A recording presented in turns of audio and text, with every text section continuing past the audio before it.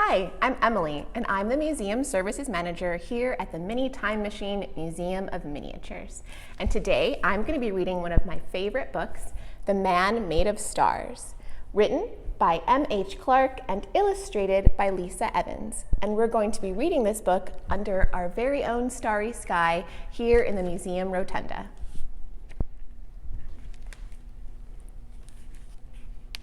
One night, as I lay in bed, I looked out the window at the huge round moon and the dark night sky, and I saw something.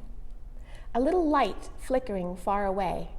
I watched as it moved along the edge of the trees until I couldn't see it anymore. I tried to fall asleep, but I lay awake and wondered. It seemed like such a mystery.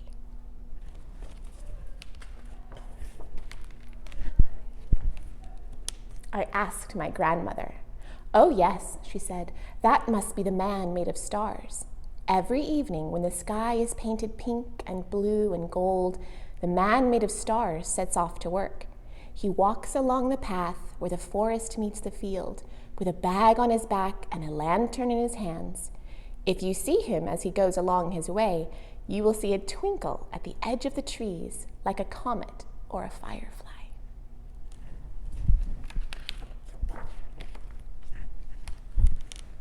"Is he magic?" I asked.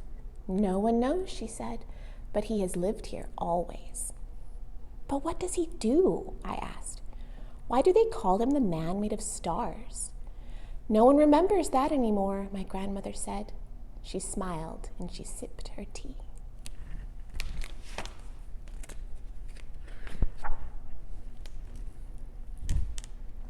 Sometimes I thought I saw the man made of stars in town.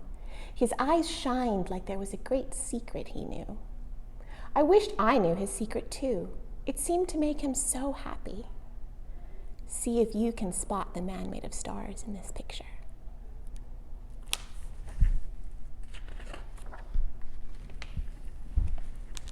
Next time I will ask him, I always thought.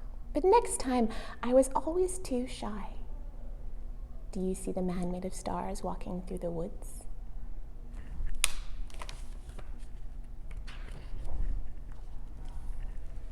One summer night, I couldn't sleep.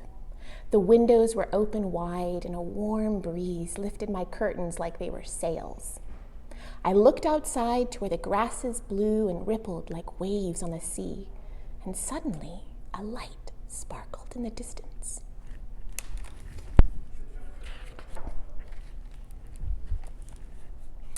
I crept down the stairs and out the door, silent as a cat. I crossed the field where the grasses stood tall and dry in the light of the moon. The ground was warm under my feet. "Wait!" I called out, but the flickering light moved on.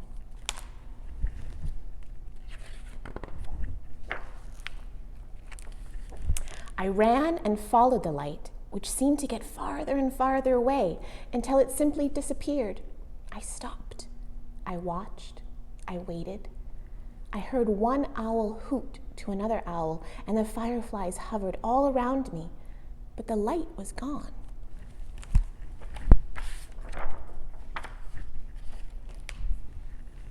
Just then, the light began to climb the hill, so I climbed too.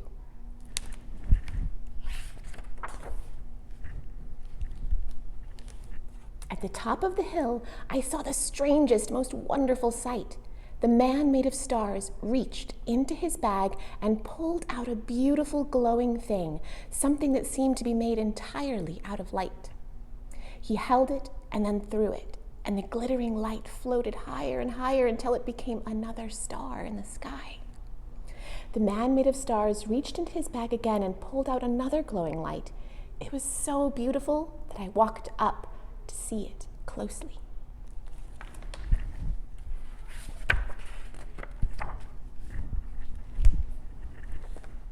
"What is it?" I asked. "Well," he said, "this one must be pure love. See how bright it is?" "Where do you find them?" "Oh, they're everywhere," he said. "Look up at the stars. What do you see?" "They glow." "And so do you," he said. "You are made of kindness and possibility and brilliance. Everything you are made of the stars are made of. And though the stars shine only at night, when it's dark, your light shines always. Why do they call you the man who's made of stars? I asked. He laughed and then said, Is that what they call me? Well, you are made of stars too. We all are.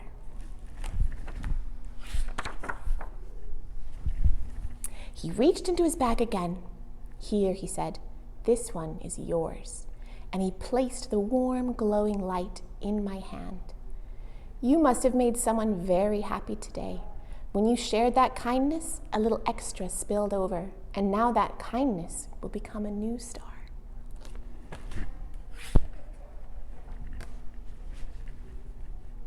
I held my star up and let it go.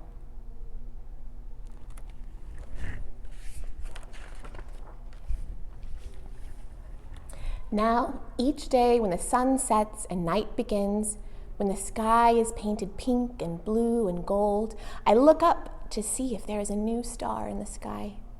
Maybe one I will recognize because it's made from a special piece of me.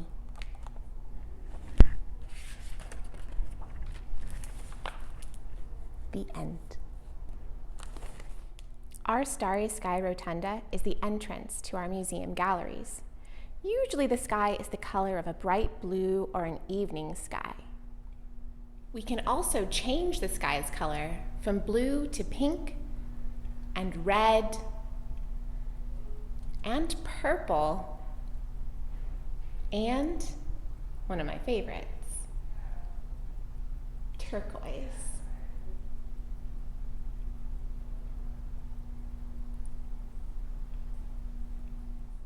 If you're lucky and looking up at just the right moment, you'll see a shooting star.